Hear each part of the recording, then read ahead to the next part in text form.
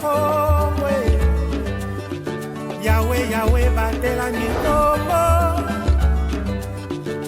Yahweh, Yahweh, benisa mikongwe. Yahweh, Yahweh, batela mikongo.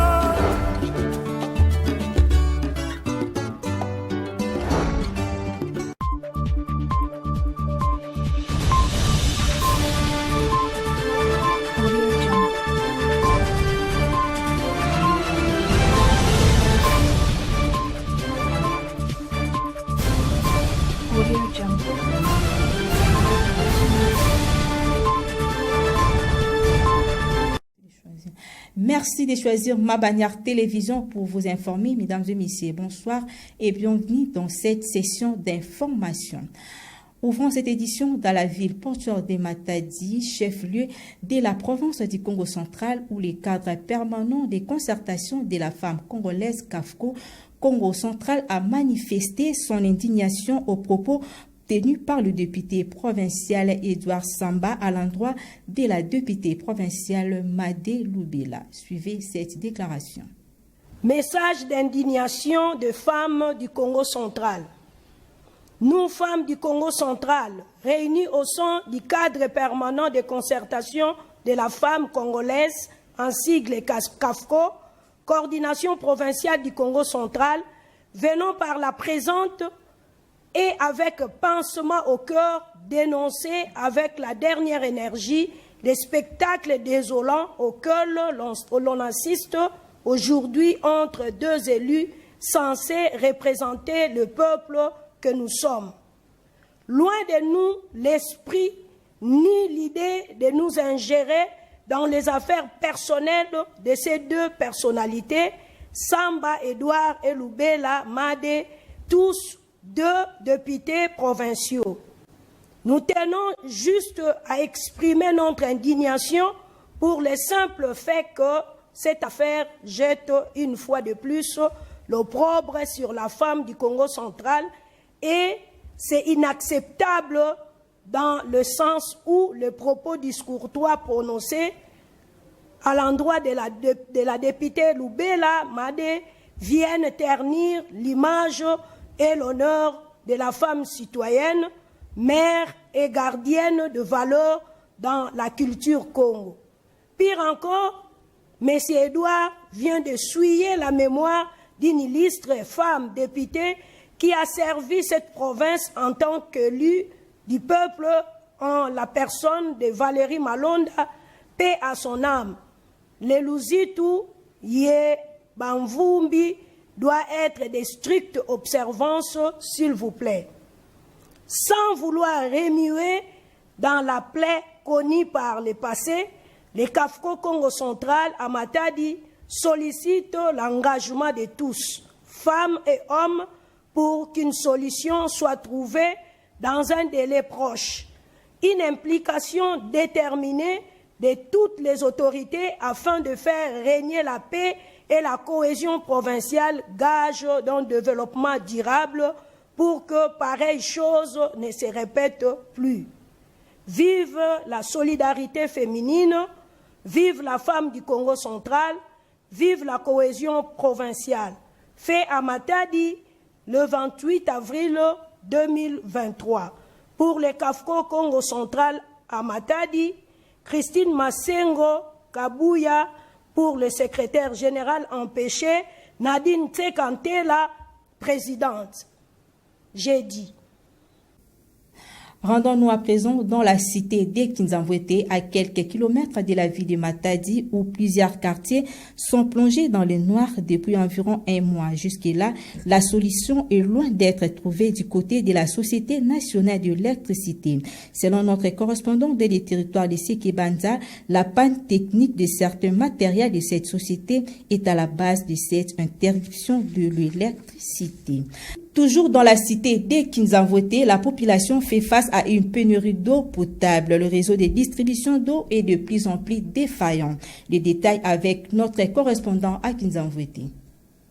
Il s'observe depuis pratiquement 3 mois une rupture en fourniture d'eau potable dans les bornes fontaines des 3 quartiers parmi les 8 que compte la cité de Kinzamvwete, à savoir Mbenzatubi, Mbenzanyati et Kassavubu. Contacté à ce sujet, Michel Ngadindo Chora, gestionnaire de l'association des usagers du réseau d'eau potable et Kinzanvouete Azurep en sigle, une structure qui assure l'adduction d'eau dans cette partie du territoire de Sekebanza, explique cette situation par une panne survenue le 31 décembre 2022 au niveau de la pompe motorisée qui fournit l'eau dans ces 3 quartiers habités par environ 24 000 ménages. Confronté à des problèmes d'ordre financier, l'Azurep, qui a besoin d'une aide de $2 500 américains pour acquérir une nouvelle pompe et tous ses accessoires, lance un appel d'urgence auprès des autorités tant au niveau national que provincial en vue de remédier à cette situation. Nous sommes une association qui est en train de faire un travail à la place où la régie des eaux devrait le faire, puisque dans ce milieu, la régie des eaux n'existe pas. Le comité s'est constitué en échantillon de choisir un comité pour suivre les ouvrages et puis faire les entretiens. C'est comme cela, le gouvernement congolais a des services qui collaborent avec nous, tels que le service de Rigeral, le SNHR, le service de l'énergie et surtout l'inspection du développement rural, donc le ministère du développement rural est derrière nous. Nous avons aussi adressé des correspondances auprès d'eux, de manière que de leur part, ils prennent un peu un élan sur nos démarches pour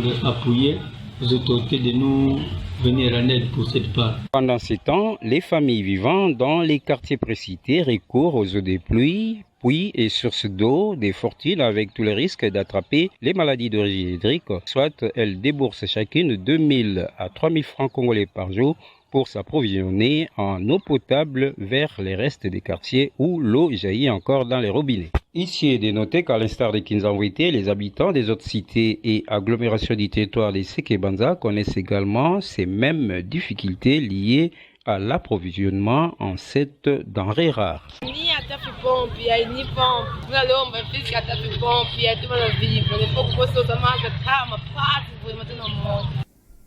Tout à fait. Autre chose dans ces journaux, en marge de la célébration de la Journée internationale du travail ce 1er mai, l'association sans but lucratif Les Grandes Dames a organisé une marche de sensibilisation pour promouvoir du travail de personnes vivant avec handicap. Un élément de Marie-France Ebengo. Cette marche avait pour objectif sensibiliser la population en vue de lutter contre les discriminations faites aux personnes vivant avec handicap dans les milieux socio-professionnels. Une initiative prise par la présidente nationale de l'association sans but lucratif, les Grandes Dames, Corinne Kessa-Mayo, afin d'obtenir des autorités tant provinciales que nationales des résolutions en réponse aux desiderata des personnes vivant avec handicap. Christelle Alunga, coordonnatrice de la Ligue des jeunes de l'ASB Les Grandes Dames, a dans son mot invité les autorités à l'inclusion des personnes vivant avec handicap en milieu socio-professionnel. Nous croyons que c'est le moment pour chacun d'examiner les obstacles qui s'érigent sur le voie de personnes vivant avec handicap et les portes que nous pouvons ouvrir afin que ces derniers puissent pleinement jouir de tous les droits qui leur sont reconnus. Sur ce, nous, la jeunesse de l'ASBL Le Grande Dame, nous disons tout haut oui à leur inclusion dans le milieu socio-professionnel. Seuls, nous ne saurons mener cette lutte. C'est pourquoi nous lançons un appel aux autorités et décideurs de la province du Congo central en particulier et de la République démocratique du Congo en général de rendre cette inclusion effective. Prenant la parole, Corinne Kessa-Mayo, présidente nationale de l'ASBL Les Grandes Dames, a indiqué que son ASBL s'est engagé à lutter contre toute forme de discrimination faite aux personnes vivant avec handicap. Nous avons opté pour une approche de complémentarité, de synergie et d'égalité des chances entre ces deux structures en s'engageant dans la lutte contre la discrimination de personnes vivant avec handicap et les inégalités sociales. Je vous exhorte vivement à s'engager ardemment en cette lutte acharnée afin d'atteindre notre objectif commun de la justice sociale et de redistribution. Nos remerciements à son Excellence, Monsieur le ministre des Droits humains et à notre gouverneur de province, Monsieur le Dr Guy Bandou-Ndugidi. Béni Soukidi, la membre de l'association des sourds du Congo central, s'est ému de ce geste. Cette marche de sensibilisation a débuté au rond-point 24 novembre en passant par le rond-point Londé et 24-15 pour chuter au gouvernorat de province. Elle avait comme thème « Mon handicap n'est pas un obstacle à mon épanouissement ». Une visite guidée à la foire des entrepreneurs à l'esplanade du gouvernorat des provinces a sanctionné cette journée. Parlons diplomatie dans ces journaux. Les problèmes sécuritaires qui secouent l'Est de la République démocratique du Congo est au centre du 11e sommet des chefs d'État membres de la communauté de l'Afrique de l'Est EAC. Roger Missamon nous en fait les points.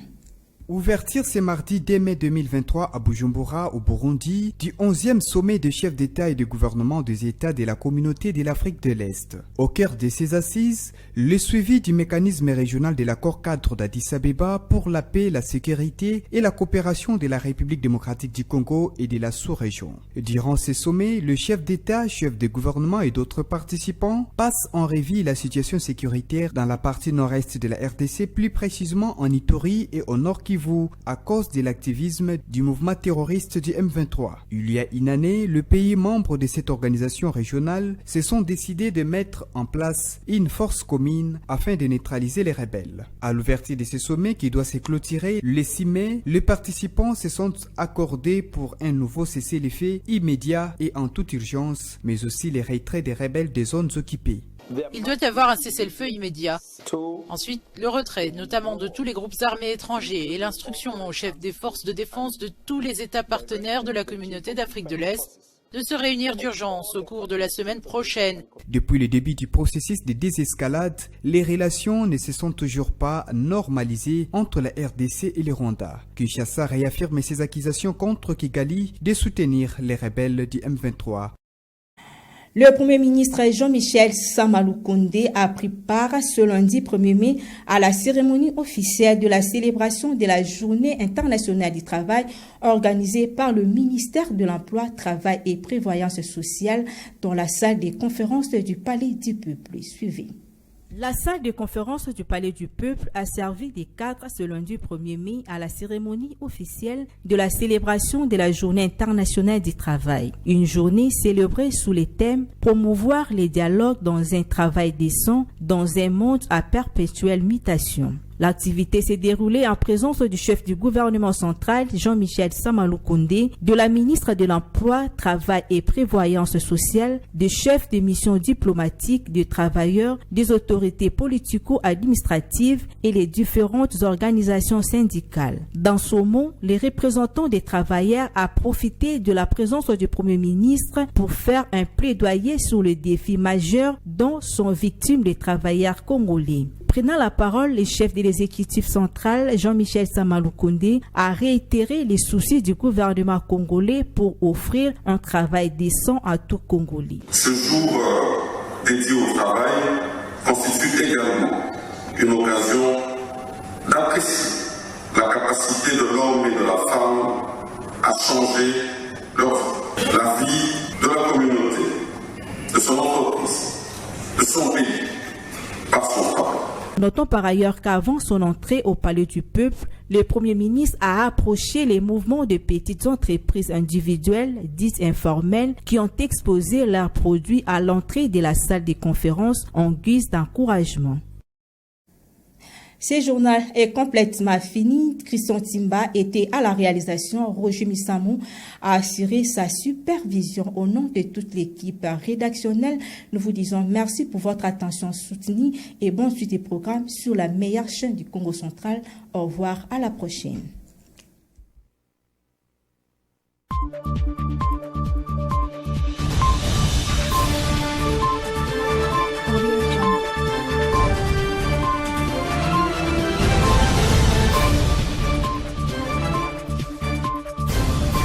Audio Jungle.